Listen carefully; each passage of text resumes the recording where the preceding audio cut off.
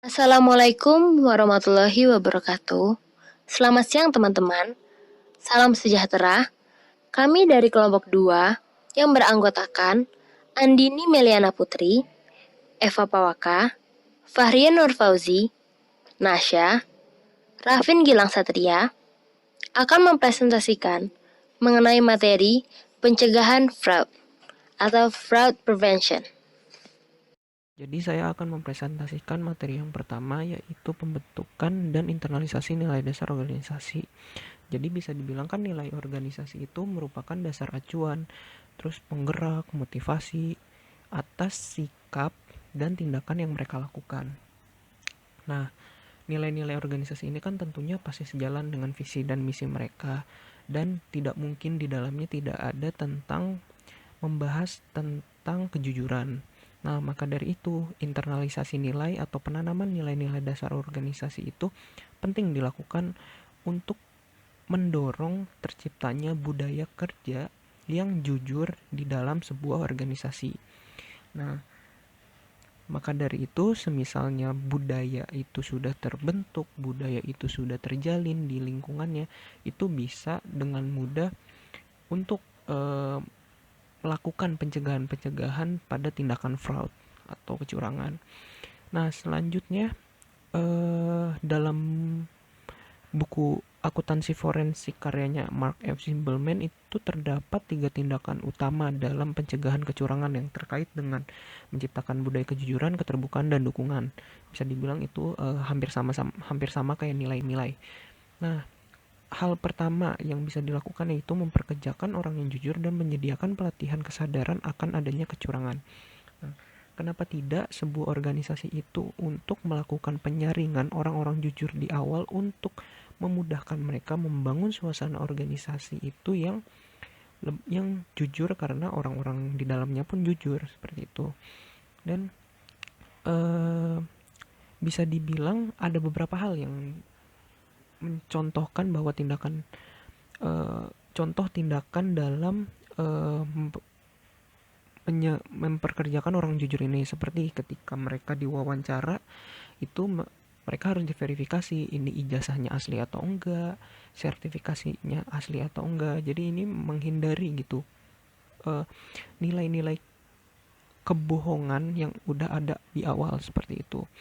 Nah, yang kedua itu menciptakan lingkungan kerja yang positif, memiliki kode etik, memiliki kebijakan yang bersifat terbuka, dan memiliki atmosfer dengan tingkat kecurangan yang rendah. Nah,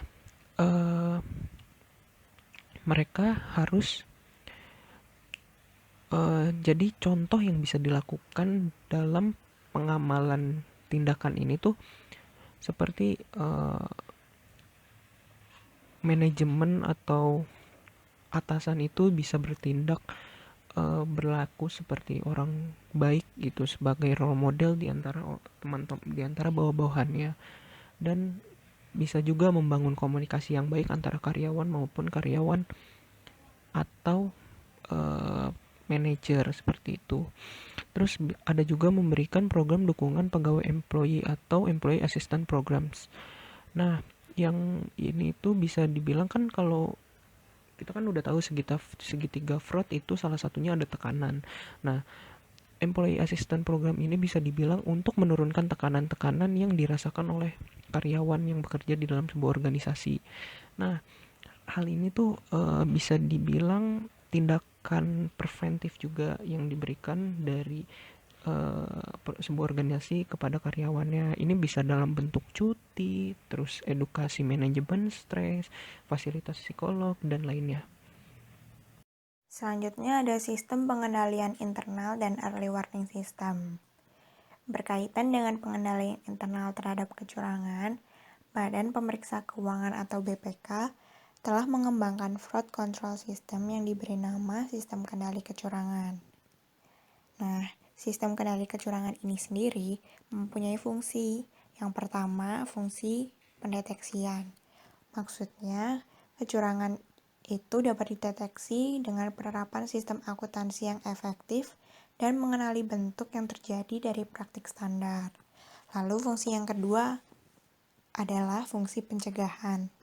Di sini, pejabat dan pegawai mempunyai tanggung jawab untuk mencegah terjadinya segala bentuk kecurangan. Lalu yang ketiga yaitu fungsi pelaporan. Jadi, perusahaan atau instansi hendaknya membangun berbagai sarana pengaduan atau pelaporan kecurangan, serta program perlindungan terhadap pelaporan kecurangan itu sendiri, seperti saran penyampaian pengaduan kecurangan, perlindungan terhadap pelapor kecurangan, dan tindak lanjut terhadap pengaduan tersebut. Lalu fungsi yang terakhir yaitu sebagai penanganan. Ketika diidentifikasi terjadi kecurangan, manajemen perlu melakukan investigasi kecurangan. Investigasi sendiri dilakukan dengan melakukan penyelidikan dugaan kecurangan yang dilakukan sesuai prinsip-prinsip keadilan universal yang berarti tunduk pada asas, yaitu yang pertama, dianggap tidak bersalah sampai terbukti bersalah. Yang kedua, memiliki hak untuk menanggapi tuduhan dan terwakili dari setiap proses keputusan yang resmi. Selanjutnya ada early warning system. Early warning system ini sendiri merupakan sebuah sistem yang telah diaplikasikan dalam berbagai bidang, mulai dari bidang geologi, kesehatan, ekonomi, dan lain sebagainya. Nah, early warning system ini sendiri juga sangat berguna untuk menghindari masalah-masalah yang mungkin terjadi di masa depan. Hal ini harus dibangun agar mencegah kecurangan-kecurangan yang mungkin terjadi. Kecurangan ini bisa terjadi adanya pihak-pihak yang masih bandel dan ada pun pihak-pihak yang berniat untuk korupsi maupun mens rea. Jadi, hal tersebut harus ditindak dengan keras. Anti-fraud awareness. Anti-fraud awareness merupakan upaya untuk meningkatkan kesadaran akan pentingnya upaya pencegahan fraud atau tindak kecurangan oleh semua pihak terkait dalam organisasi. Hal tersebut harus dimulai melalui kepemimpinan yang baik dan didukung dengan kesadaran anti-fraud yang tinggi. Sehingga diharapkan dapat menumbuhkan kesadaran dari seluruh elemen dalam organisasi untuk mengontrol dan menyadarkan terhadap leadership fraud. Moral anti-fraud harus menjiwai setiap kebijakan atau regulasi yang ditetapkan. Keberhasilan anti-fraud awareness dipengaruhi oleh lingkungan organisasi yang mendukung terciptanya lingkungan yang kondusif sehingga semua pemangku kepentingan dapat berperan dalam pencegahan penipuan. American Institute of Certified Public Accountants atau AICPA dalam Anti-Fraud Management and Control Statement on Auditing Standard SAS 99 mengungkapkan pengukuran dimensi yang digunakan untuk mencegah, menangkal, dan mendeteksi kecurangan terdiri dari 3, yaitu yang pertama, menciptakan dan mempertahankan budaya kejujuran dan etika yang tinggi, yang terdiri dari A. Menciptakan manajemen keteladanan, B. Menciptakan lingkungan kerja yang positif, C. Menerima dan mempromosikan karyawan dengan hak, D. Pelatihan, E. Konfirmasi, F. Disiplin. Yang kedua, melaksanakan evaluasi anti penipuan dan kontrol yang terdiri dari A. Mengidentifikasi dan mengukur risiko, B. Mengurangi risiko penipuan, C. Penerapan dan pemantauan pengendalian internal. Dan yang ketiga, mengembangkan proses kontrol yang tepat untuk mencegah dan mendeteksi penipuan secara efektif. Organisasi harus memiliki fungsi pengawasan. Pengawasan terdiri dari beberapa cara yang dapat dilakukan oleh pihak internal maupun eksternal. Semua dilakukan di bawah pengawasan komite audit. Jadi, dalam Anti-Fraud Management and Control Statement on Auditing Standard atau SAS 99, pengukuran dimensi yang digunakan untuk mencegah, menangkal, dan mendeteksi kecurangan terdiri dari 3. Yang pertama, menciptakan dan mempertahankan budaya kejujuran dan etika yang tinggi. Yang kedua, melaksanakan evaluasi anti penipuan dan kontrol. Yang ketiga, mengembangkan proses kontrol yang tepat untuk mencegah dan mendeteksi penipuan secara efektif. organisasi harus memiliki fungsi pengawasan. Terima kasih. Selanjutnya adalah proactive fraud auditing. Minimnya upaya audit sebagai tindakan preventif guna mencegah terjadinya kecurangan dianggap masih menjadi salah satu faktor yang menyebabkan kecurangan sering terjadi. Audit yang mampu melacak rekam jejak suatu instansi atau perusahaan dalam pengelolaan dana dapat menunjukkan sedini mungkin apabila adanya kemungkinan terjadi tindakan kecurangan. Proactive fraud audit sendiri mengarah pada proses audit yang bersifat proaktif, di mana auditor secara aktif mengumpulkan informasi dan melakukan analisis terhadap informasi yang telah dikumpulkan untuk menemukan kemungkinan adanya tindak kecurangan dan kejahatan sebelum tindakan audit investigatif dilakukan. Upaya ini merupakan salah satu pendekatan proaktif yang sangat signifikan untuk mendeteksi adanya kecurangan keuangan. Pengauditan kecurangan yang baik melibatkan 4 langkah. Yang pertama adalah identifikasi eksposur kecurangan. Yang kedua, mengidentifikasi gejala kecurangan dari step exposure. Yang ketiga, membangun program audit untuk secara proaktif mencari gejala kecurangan. Dan yang terakhir adalah menyelidiki sistem kecurangan yang teridentifikasi. Dengan kemajuan teknologi untuk secara proaktif, mendeteksi penipuan akan dapat ditangani. Untuk saat ini, hanya perlu mengetahui bahwa deteksi penipuan proaktif tidak hanya menangkap penipuan yang terjadi lebih awal, tetapi juga dapat berfungsi sebagai pencegah yang kuat ketika karyawan dan lainnya mengetahui bahwa organisasi selalu mencari penipuan yang kemungkinan terjadi.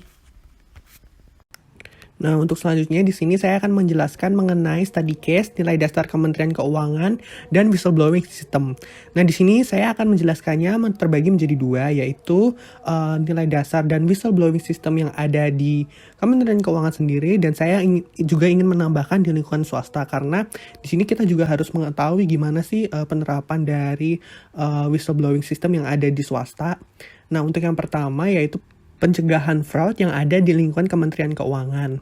Nah, untuk yang ada di Kementerian Keuangan ini dimulai dengan adanya menjaga nilai integritas dan profesionalisme dalam menjalankan tugas di Kementerian Keuangan sendiri.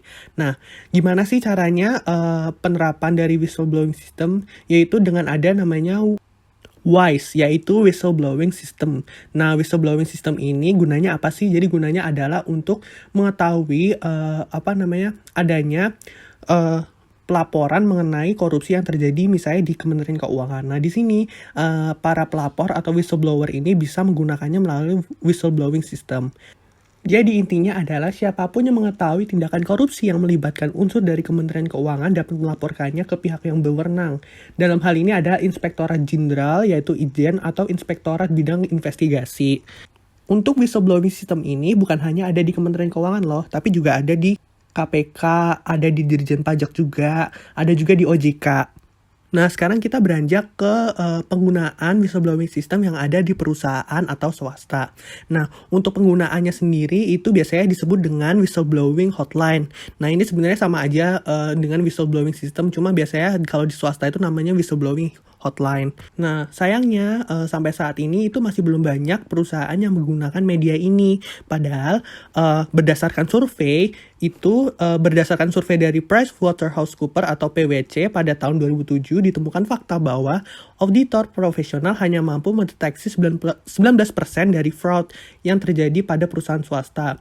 Nah, kalau yang diekspos dari whistleblower itu melalui whistleblowing system atau whistleblowing hotline itu mencapai angka 43%, yang mana efektivitasnya justru lebih tinggi daripada pelaporan secara manual.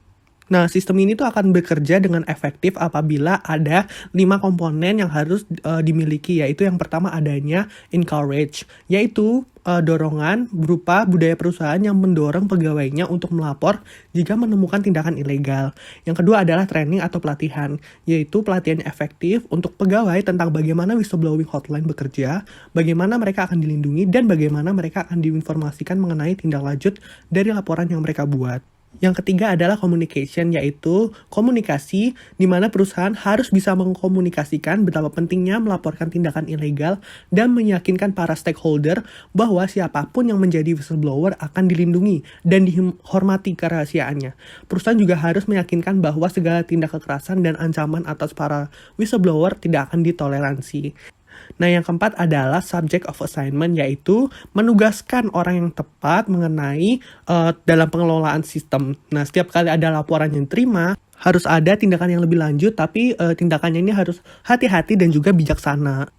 Dan yang terakhir, yang kelima, yaitu punishment, di mana sanksi harus dijatuhkan kepada stakeholder yang gagal melindungi pegawai yang menjadi whistleblower. Nah, sanksi juga harus diterapkan setimpal mungkin dan worth it bagi para pelaku yang melakukan kecurangan atau fraud. Nah, di sini sebelum kita memasuki study case, di sini saya ingin menjelaskan kenapa sih untuk whistleblowing system ini masih bisa dibilang tidak efektif di Indonesia. Karena bukan karena penggunaannya, justru karena penggunanya yang masih kurang minat terhadap adanya whistleblowing hotline. Nah, mengapa? Karena di Indonesia sendiri itu belum ada payung hukum yang melindungi adanya hukum whistleblowing. Nah, untuk itu diharapkan pemerintah ini bisa memberikan atau membuat sebuah peraturan perundang-undangan mengenai whistleblowing system sehingga para pelapor ini perlindungannya akan semakin baik dan kuat. Nah, sekarang kita sudah memasuki study case, yaitu kemunculan hukum whistleblower atau the emergence of whistleblower law in US dengan adanya Dodd-Frank Reform Act. Nah, seperti yang saya jelaskan sebelumnya, kenapa sih kita perlu menjelaskan mengenai adanya study case di sini?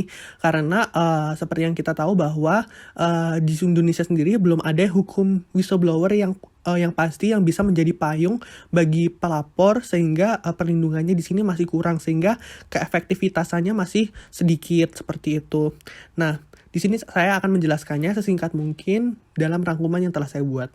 Jadi, dalam buku yang berjudul Whistleblower yang ditulis oleh Frederick Lippmann ini, itu terdapat dua peristiwa yang cukup besar di Amerika Serikat yang terjadi pada beberapa tahun terakhir dengan telah merombak adanya whistleblowing menjadi sebuah industri yang mampu membuat kerangka kerja kreatif dan didorong adanya aturan yang bisa mendongkrak reformasi dan bentuk baru dalam audit. Nah, kedua peristiwa ini disebut dengan penipuan Madoff. Nah, penipuan ini diungkapkan oleh dua orang saksi, yaitu Harry Markopolos dan WikiLeaks Julian Assange. Nah, jadi yang pertama, kesaksian Markopolos di depan Komite Keuangan DPR sebagian besar ini memicu undang-undang whistleblower baru yang merupakan bagian dari Dodd-Frank Reform Act. Nah, selain si Markopolos ini, itu juga didukung salah satu saksi lainnya, yaitu WikiLeaks, di mana beliau itu juga disebut-sebut sebagai katalisator pemberontak politik populer di seluruh Timur Tengah. Nah, mengapa kedua saksi ini menjadi populer? Karena dia habis-habisan membongkar adanya kecurangan yang dilakukan oleh Madoff. Nah, oleh karena itu, Madoff pada tanggal 11 Desember 2008, dia berusaha untuk menghentikan upaya penipuannya yang luar biasa. Namun sayang di sini Harry Markopolos selaku saksi di sini juga dijebak oleh si Madoff, di mana nasibnya ini juga terancam. Kemudian di sisi lain, si Frederick Lippmann ini juga mengklaim bahwa direktur independen dari WorldCom dan Lehman membentuk mekanisme whistleblower yang kuat.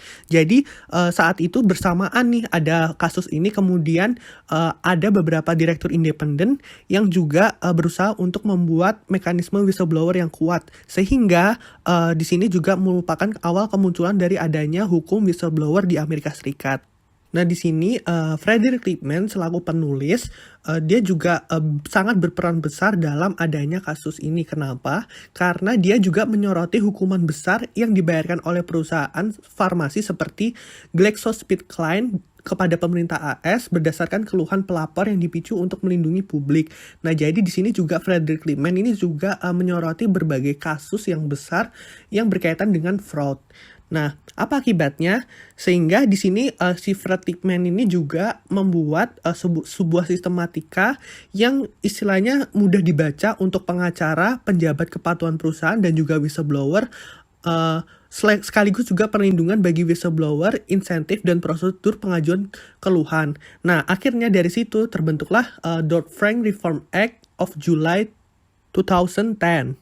Hingga sampai saat ini adanya sistem perlindungan whistleblower ini masih digunakan terus, dan bahkan sampai sekarang pemerintah di US juga berupaya untuk melindungi adanya whistleblower melalui berbagai aturan kebijakan yang terus diupayakan untuk revisi dengan adanya pedoman melalui Dodd-Frank ini. Di sini kami selaku presentator pastinya menemukan berbagai sumber referensi yang ada bukan hanya melalui internet tapi juga melalui e-jurnal maupun e-book yang telah disediakan. Nah, sebagai kata penutup di sini kami ingin menyimpulkan bahwa adanya di upaya hukum yang bisa menuntaskan fraud di Indonesia ini diharapkan melalui penggunaan digital ini juga bisa berguna bagi masyarakat. Namun, sampai saat ini keefektivitasannya masih belum terlihat karena payung hukum yang harusnya melindungi para pelapor atau yang bisa disebut dengan whistleblower ini harusnya bisa mendapatkan haknya, sehingga efektivitas dari adanya upaya hukum melalui fraud ini bisa dilaksanakan di Indonesia. Sekian, terima kasih. Wassalamualaikum warahmatullahi wabarakatuh.